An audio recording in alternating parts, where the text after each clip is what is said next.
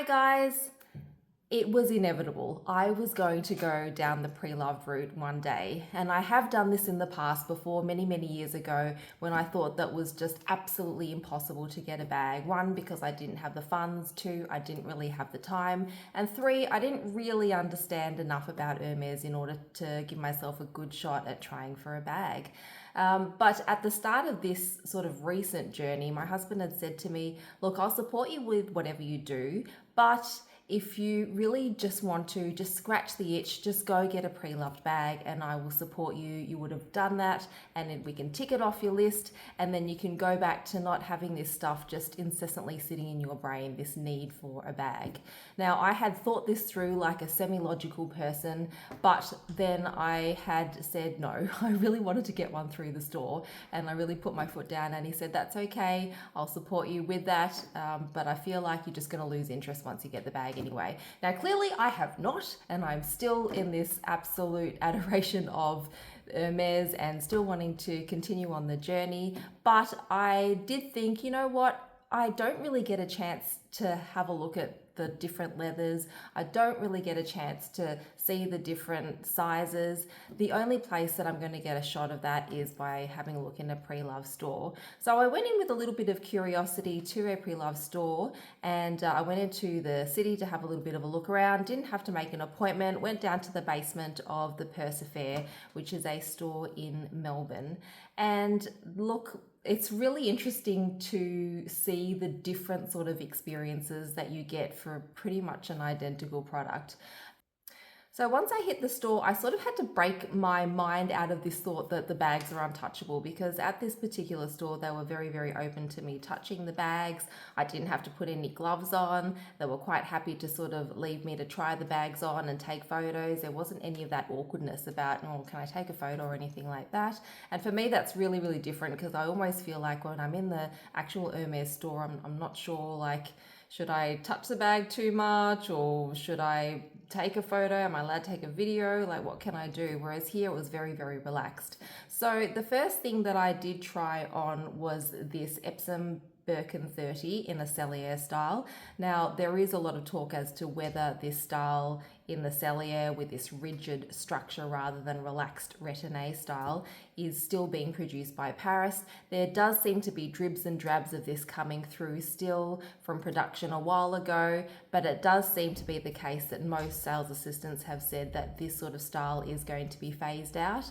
I wasn't quite sure if this was a good idea in the beginning, but when I did see this bag in the Sellier style in real life, I really understood why they had decided to go down that pathway. Look, the Birkin 30 and Birkin 35s, these are all meant to be bigger, slouchy, casual bags as Jane Birkin used to carry them. And I feel like putting them in a Sellier style really does gravitate towards the original concept of why this bag was made.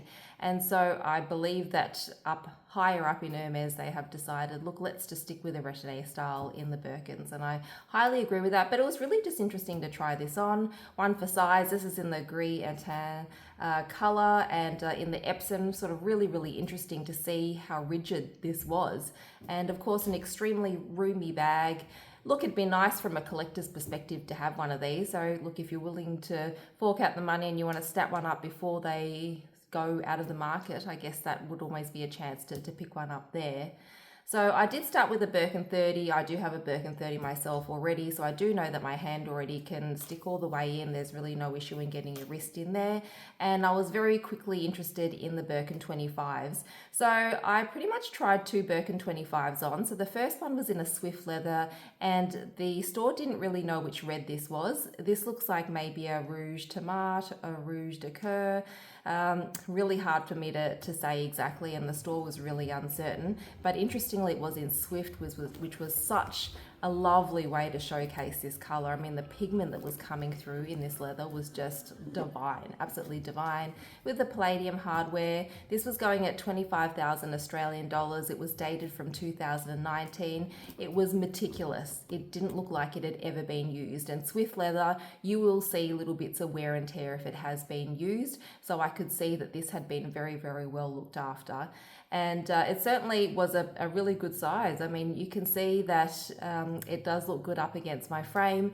Because I do have really small wrists, I can certainly fit my wrist inside there with it being okay. Yes, you do need to be extremely careful with these handles because they are made of that soft, swift leather, but nothing that a twilly wrapped around the handle wouldn't be able to help. So that was the first one. So I tried that on. And then I really fell in love with this Birkin 25 in the Epsom leather in rose Tyrian with gold hardware. Now, the first thing that the sales assistant said to me was like, this is like a Barbie bag. And I agree, it is like a Barbie bag. But against the Swift, this Epsom is just so sturdy and hard and easy to look after. And I could tell that you could really just take this baby anywhere and you really wouldn't be too worried about it. And because it's such a stark, sort of really vibrant pink, you can really pair it with anything. I think like it's one of those colors that like it just goes with anything because it's just such a crazy color. You can go with dark colors, you can wear an all black outfit, an all white outfit, or you could even just like use it to bring out a pop of pink in an outfit that you were wearing. So this is really, really gorgeous. Again, it's been looked after very, very well. And I thought with any of these bags that I was going to come back for out of the Birkin 25s, it was probably going to be this. But I'd say if you are worried about whether you can slide it into your wrist or not, you really should go to a Preloved store and try one on and see what it's like before you make that call about it being too big or too small or not being the right fit for your frame. These are things that you just can't tell until you've really tried one on. Now I do have a K25 in a Sellier style, but I did want to try the Retin-A style because originally I had been quite interested in getting a Retin-A bag because it had that more relaxed feel to it. So then I quickly moved on to a Kelly Retin-A 25 in the noir color with the gold hardware, and wow, this is gorgeous. Like, I know why this is such a highly coveted color, the noir with the gold hardware. It's just so classic. It's just really perfect. It goes with anything and it just really lifts an outfit, doesn't it? So I think the 25 for me is probably the ideal size because I also did try on a Kelly Retin-A in the 28 with palladium hardware. I can't remember if this blue atoll or blue jean. And this was retailing at $20,000 Australian at the store. Now, I do know that the 25 and the 28, they do sound so similar in size, and you think, look, it's really just a smidge larger. How much bigger can the 28 feel? But when you're wearing it cross shoulder or even just wearing it with the strap over your shoulder, you really do get a feel of the significance of size of the Retin-A 28. It really does sort of bash and move around a lot. So if you're someone that really likes to keep your bags quite close to you, or you like sort of that compactness of having a bag sitting close to your body, then I think the 28 may really not be the right fit for you. So it did seem to overwhelm my frame a little bit as well. And I do think that when I looked into the inside of the bag, it can be like a big, deep, dark hole. It's just so ginormous in there. I guess I'm just so used to looking at my 25 that when I looked in there, I was thinking to myself, I actually don't even think I need this much space. It seems like almost a waste of space. And look, I might be swayed by the fact that at the moment, of course, small bags are still in. I do feel that fashion is gravitating towards some of the bigger bags. I did see on the recent Hermes runway that they had these over the shoulder slung bags that were certainly, I think it's the So Kelly was what it's called, and they're certainly gravitating towards bigger sizes. And as I look at more and more pictures out there and stuff that's on social media, the bigger bags are certainly looking a little bit more attractive, but I feel like the Kelly 25 really is just the perfect size on my frame. Of course, for many other people of different statures, it may differ, but for me in particular, I think the 25 is a great size. It's just amount of space, so you're not swimming around there and digging around and looking for your bag, but still an absolutely stunning bag to bring around that you can still carry the stuff that you need to carry. Now, of course, it wouldn't be a trip to a Preloved store if I didn't try on a mini Kelly. So the interesting thing was they were only able to bring out one mini Kelly at a time. I guess with the high value of these items, they don't want them sort of just being moved around the store all the time. So I actually had to ask to see a mini Kelly. They were sitting at the back of the store. So I asked to look at the mini Kelly in the indigo and black casaque style. So this is a mixture of two different leathers. It's in the Epsom. It was priced at 34,000 Australian dollars. It looked very, very new, very, very well cared for if it had been used. And because the indigo and the black are so dark and so similar, in some lightings, really, it could just look like a noir bag in general. But I felt like because I don't have a mini Kelly yet, this is probably a little bit too divisive, not as much of a sort of a neutral classic that I would go for my first mini Kelly. And I felt like, look, let's hold out for something that's one color rather than going for this duo color to begin with. Now, the other one that I looked at was a mini Kelly in the Chev leather. Now, Chev is a goat skin leather, so it is a little bit softer, it is a little bit harder to care for, but it does feel very, very lovely. It's sort of a more oilier leather than the Epsom. And I saw one that was brought out in the rose azaleigh with gold hair hardware. Now, it was so fascinating to see this because all the time in social media you see brand new unboxings of mini Kellys, you see these perfect specimens that are put out into this imagery that makes you believe that the mini Kelly is just stunning at all times. But this mini Kelly had been to many, many parties, many, many days out. It had really had a massive life already, and I could see that. It was very, very clear from the way that it was holding up. It had sadly become quite stained. The stitching was extremely, extremely stained, and it lost all like resemblance and vibrancy of the mini Kelly that I had envisioned in my mind. Now, interestingly, because of the fact that it was Chev, and of course it is a mini Kelly, it was still priced at the same cost as the mini Kelly that was in the casaque, the black one that I tried. And I did try my Samsung 24 into this and it did fit. So it's good to know. It's one of those things that's really hard to find out, you know, does your phone fit into a mini Kelly? And it was fantastic to see that I could fit mine in. And interestingly, they were fine with me putting stuff into the bag. They really didn't mind me moving around and using the bag and trying it on and taking photos of it. They really just cared whether I had one mini Kelly out or not. So when I asked to look at the other one, they said, look, we'll have to swap it around and we'll have to give you just one at a time, but we just can't have these floating around the store. So it was really, really great to try these mini Kellys because this was the first experience that I had of trying a mini Kelly on, and it really is a super, super tiny bag, but so gorgeous. And if anything, it just made me fall in love with it even more. I did call my husband while we were at the store and I was like, oh, should I go for this casaque? And he said, you know, if you want it, then go for it. But I could tell that the internal voice in me was saying, you know what, just wait. It's going to mean more at the store, and it's also probably going to be more aligned with the classic neutral that you want for later on. So after finishing up here, I did end up going to another store. This was Hermes, and it's quite interesting going to this store because you message them online and they can tell you that you can come in, and then you have to go through all these sort of really small narrow spaces and ringing doorbells and going up escalators, and it's all very hush about where they are. But once I finally got there, they're very, very secluded and away in a small space, so their security is certainly superb. No one can really just waltz in there without having previously contacted them. Now, the guy there was very, very quiet and subdued, and he did help me with the bag that I wanted to look at, which was a pink Sakura B25. Now, this is in a Jonathan leather, so sort of like Swift, but like even softer, like literally like a baby's cheek, this stuff. And this had definitely never been used, and the only way I was allowed to touch it was with wearing gloves.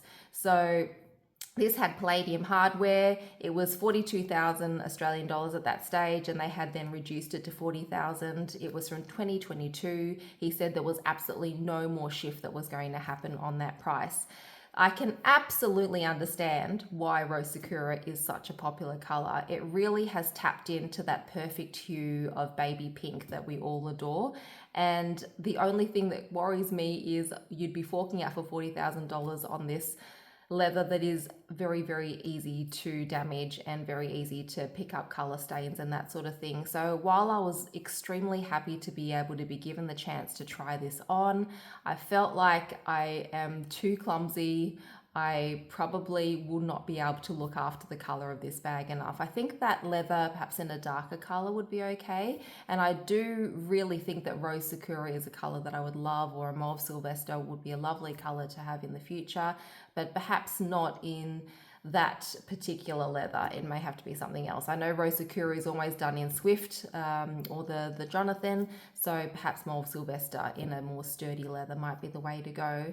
I also did try on a special order mini Kelly. This had the contrast stitching. This was $44,000. It had been reduced to $39,000. Nata and black from 2022. So both beautiful bags. The mini Kelly look, I mean, after you've tried on one and you start to try more of them, they do start to become a little bit of a blur. But I can absolutely see why this is such a fabulous piece to have. And I think that any of the people that say negative things about the bag because of its size, I think you sort of have to switch your idea of what the mini Kelly is. Like, yes, it's great to bring around like a few essentials. So you could probably pop your keys and a lipstick and perhaps your phone. But if you're going to bring any more than that, then you are expecting to be using a different bag. You're not going to be expecting to use your mini Kelly. And in fact, I think if I was to use it, I think it's a great accessory. You've got to think of it in your mind as like, this is like a necklace or a bracelet or a ring. Like, this is to dress up an outfit, but you're expecting this bag to fulfill too many purposes. Like, you want it to be an accessory and to be gorgeous and cute and stunning, but then you want it to carry like a million things as well. Like, that's not the purpose of a mini Kelly. The purpose of a mini Kelly is to be cute and tiny and compact, and that definitely is fulfilled by this gorgeous, gorgeous piece. So after having a look at these two on the places in the pre-loved market, look, it was so fascinating to then go home and just reflect on the Hermes shopping experience at those places compared to being in the store. And if anything, going to the pre-loved store had the opposite result of what my husband intended, which was to make me see that, look, I could just buy any bag and I could just go in and pick it and get what I wanted and then go home. Because it made me realize how much I really do value the absolute amazingness of having that luxury experience of being with my sales assistant and being in a nice store where it smells nice and the lighting is great and they offer you drinks and you're pampered and you feel special, and your sales assistant has a different sort of enthusiasm. So there was really nothing wrong with the sales assistant's experience or the way that they treated me in any of these stores. They were both polite and to the point, but I mean, at both of them, they were slightly bored. I mean, they're surrounded by these bags all the time. The fascination and amazingness of them is gone. They would have plenty of people that would come through these stores and they would just try things on like I do, and nothing would ever come of it. And probably plenty of influencers and people in there just taking videos for the sake of it, and they don't have any intention of even buying a bag at all in the future.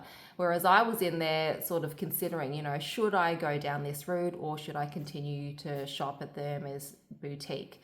So I could tell that their mentality was also extremely different. They don't get the same sort of boost of morale that the Hermes sales assistants do in the actual boutique. And like, you just, you know, they can't offer water to everyone. Their environment is completely different. I mean, one of them is in a basement and the other one is in this like seriously secluded space in the middle of this very deserted building. So they can't really offer that sort of buzz that you get from being at the Hermes store. And to be honest with you guys, also, like, I think I'm attracted to like the thrill of the chase, the hunt, the game. Like I sort of like that elusiveness. I don't want to go into the store and see 1,000 bags and point to one of them and say, look, that's the one I want. Like I don't know, there's something wrong with me, guys. Like, I like to be sort of kept in the dark, and then it's this beautiful surprise at the end, and then my sales assistant, you know, is in there with me, congratulating me and enjoying this amazing experience of like unboxing the bag and her offering me the surprise, and you know, that guessing game of what have I got, you know, was it something on my wish list? Yes, I do love all that. Yes, I'm not afraid to admit it, and you just don't get that when you go the pre-loved route. So yes, I do love the design of the bag. Yes, I do love their attention to detail, the actual bag itself, everything I do love, but I'm not just loving that. I also love all the crazy other aspects of being part of the game. And I think Hermes has tapped in really well to this concept of having a great relationship with your sales assistant. And that is why they are the kings of what they do. This is why, even though there are so many pre-loved stores, and of course, plenty of people that are happy to go down that pathway, there are people like me and plenty of people like me that are hooked on this game and just enjoy having that experience with their sales assistant and getting at the store. And also there's that aspect of being absolutely certain that what you get is authentic. The fakes that are around now are so top notch, absolutely top notch. You would not believe the stuff that is being cranked out, that's being hand stitched, sometimes even by people, by artisans that have worked at Hermes before and that are passing their craft on to people outside who will then make fakes. So you really can't always judge these by the hardware, by the stitching, by the hardware, all those sorts of things. I mean, even the greatest authenticator, I think, is going to slip up these days. So the really the best way to find out, to know that you have an authentic bag, is by going into the store and getting it that way. So I'm just going to finish off after my huge rant is by showing you this little piece that I got at the Hermes private sale. And this didn't come in a box, so none of the items that come from the sale come in a box. It just comes in this little plastic Ziploc bag. They do give you the pouch and they do give you the little care booklet.